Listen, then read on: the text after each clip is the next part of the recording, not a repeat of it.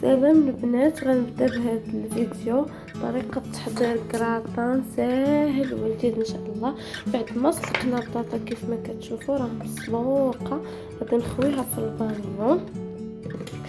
غادي نضيف عليه، انا ملحتها في السليق ديالها اصلا باش ديك الملحه دير. غناخذ واحد شويه ديال الثومه كما كتشوفوا، غادي نكبو هنايا.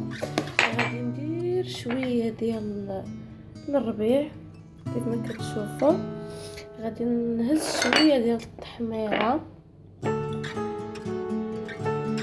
كما كتشوفوا. غادي ندير واحد شويه ديال الخرقوم،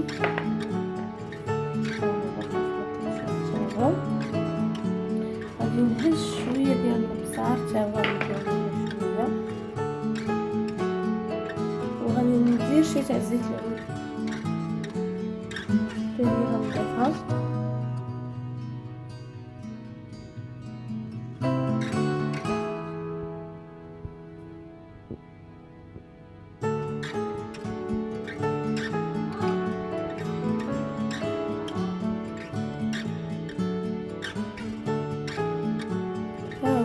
شي زيت العود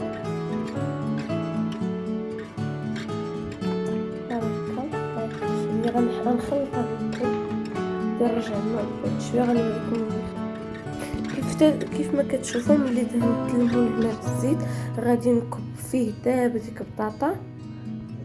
هانتوما كتشوفوا ملي كنسرح فيه دابا في الماء سرحته كيبان زوين. غنخوي عليه البيض، شدنا البيض وملحناه درت فيه مليحه. هانتوما غادي تشوفوا ملي غنخوي. هانتوما كتشوفوا خويت عليه البيض. ملي غادي يطيب في الفرن غادي نخوي عليه الفرماج الاحمر، وغادي نوريكم في النهائيات كي غادي يجي. كيف ما كتشوفوا ها هو الشكل النهائي ديالها، غادي تبان في السرعه والمذاق رائع.